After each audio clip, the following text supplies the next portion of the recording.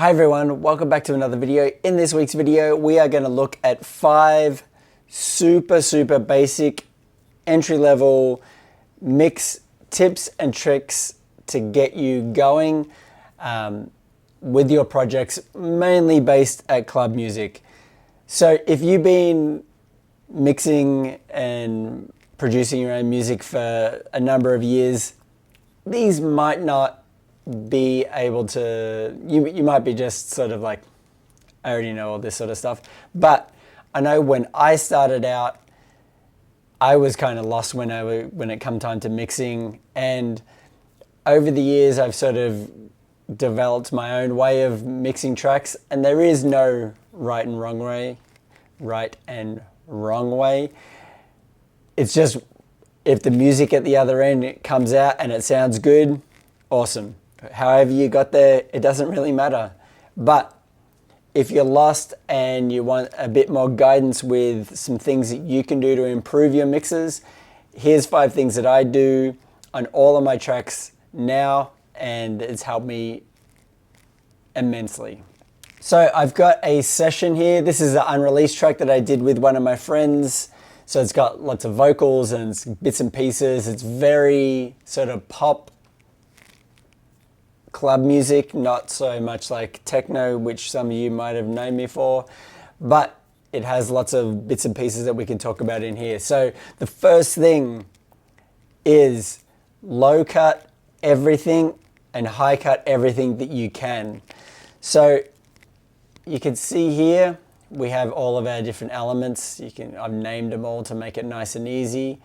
And if I come along to here, you can see even the kicks, I've low cut the kicks. I've low cut every element in the mix, and you can see that to some parts I've high cut a lot, or I've high cut a little bit, because this will give more space for your tracks.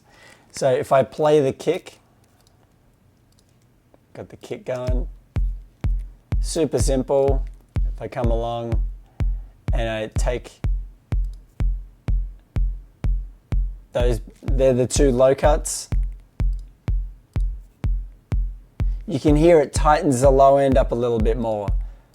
But in the context of the mix, you can't hear any difference. But it's giving you all of that room. So if I come along to, let's find another little element. Where are we? Vocals. Let's go with peak. Super simple line that I've got going on.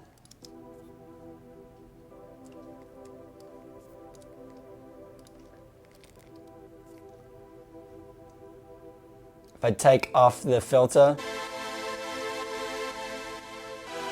you can see I'm cutting so much.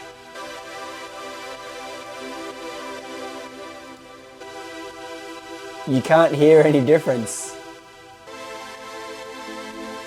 You can hear a little bit in that lower end. It kind of thins it out a little bit to help it sit in the mix. But if I come along here, we have all of this information here that we just do not need. And it just helps sit in the mix a whole lot better. So. Life is what you make it. Life is for the taking.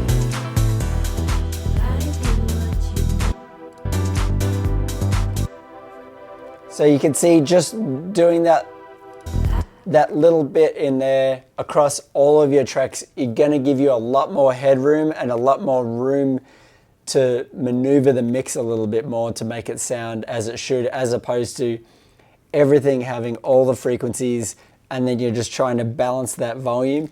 It can be all right if you have a limited amount of tracks, but once you start getting up to, like, this isn't too many, only because we got a ton of vocals in here, but we're at Let's see.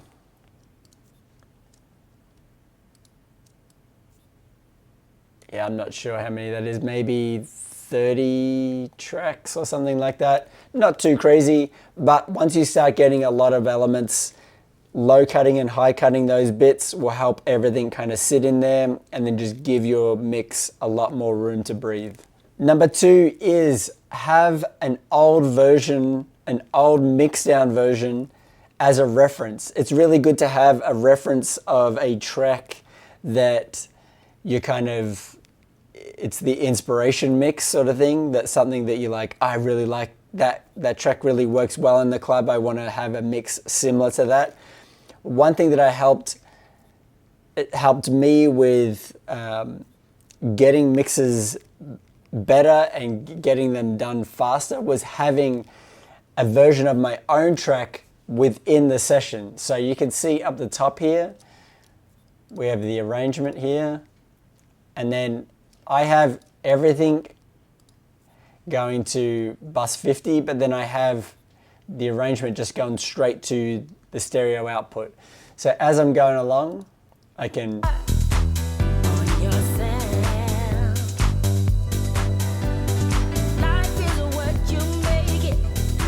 and you can kind of hear bits and pieces that are that I've a little bit louder in the original one that I've kind of pulled down in this version. Having that as a guide can really help you, because every time you're like, I'm going to get better than that last mix down. And then I've gone through where I'm like, the 10th mix down is in the session and I'm still bettering it. Obviously it gets to a point where you're not really making it better, you're just making it different. So it's good to know that point. But when you're starting out, put your track in there as a reference and then mix against that, and it can really help you sort of move forward and get better at mix downs. Number 3 is have some sends and returns set up before you start the mix down. I usually do this with the production because I'm always going to need a reverb, I'm always going to need delays and whatnot. So you can see here, these are all of my sends and returns. You can see a lot of them aren't used, but it makes it so much easier. So you can see we've got the clap. And if we come along, solid that out. I've just got that there, so that's already set up. So if I wanted to put a delay on there, bus delay, and I've got them all named. So as I go through, I'm like, I want say an 8th delay. Ooh, and we need the clap back again. Makes it so much easier. And then by having the same reverb setup that you send multiple drums to, multiple synths to and everything, it kind of sits it in the one room and makes it sound a little bit more cohesive. Again, it doesn't matter if you don't do any of these. This is just things that have helped me with the mixing. Number 4 is add sidechain compression to add some more movement to elements, but also you can be sneaky and add it as a way to create a little bit more space in the mix. Obviously, don't use it as a band-aid to fix a mix, but it can help just to add a little bit more and kind of duck and push and pull things. So let's look at the one good one for this is the ride.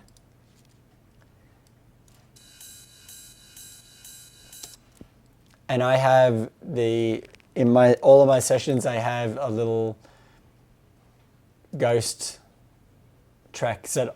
So this is the ghost track here, and all it is a little tom. It's a nice little curve there. That doesn't have an output. You can see I don't have an output.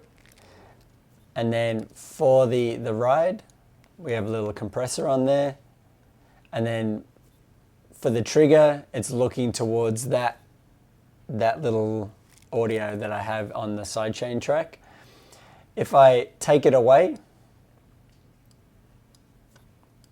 bypass it, you can hear there's a little bit of movement just because of the way that it's playing.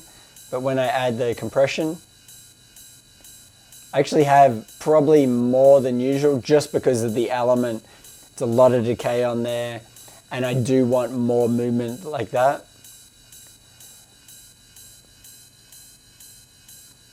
And in the mix,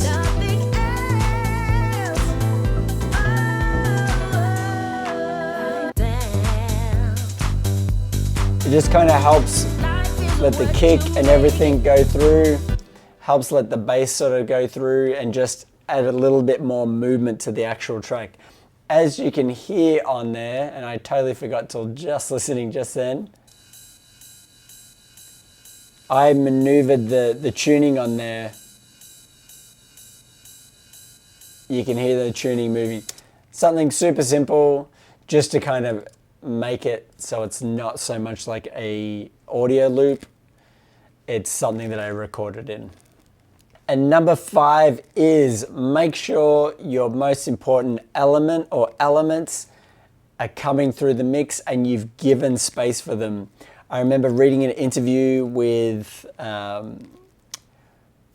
one of the engineers that worked with Michael Jackson, and they would record all of the music, and then they would record Michael's vocals, and they would mix down the whole track and then make a cut in the full 2 track, the completely mixed music. So then Michael Jackson's voice would just sit right in the mix. Now, whilst I didn't do that, I have gone along and looked at the frequency range of where my friend Vula's voice sits. And then you can see I'm coming along and I'm just dipping a little bit. Not a lot, but just a little bit on each element that can kind of take it. So in here, we've got a little bit there. And this helps the vocal sort of stand out, and it's not fighting as much with the elements within that frequency range. Again, there's some other ways you can do that, but this is the easiest way that I found. And if your vocal is sitting in that range, obviously you're not Mariah Carey and you're going up like 100 octaves up and down. But if you're sitting within that range, it can be really helpful just to kind of carve out a little bit on each element, and then it helps the vocal just sit in there, or whichever is your main sort of element for the track or elements for the track. So hopefully you've got something out of those 5 little basic mixing techniques that you can use in your own productions. And the main thing is, hopefully I've inspired you to create something today. And until next time, see you later.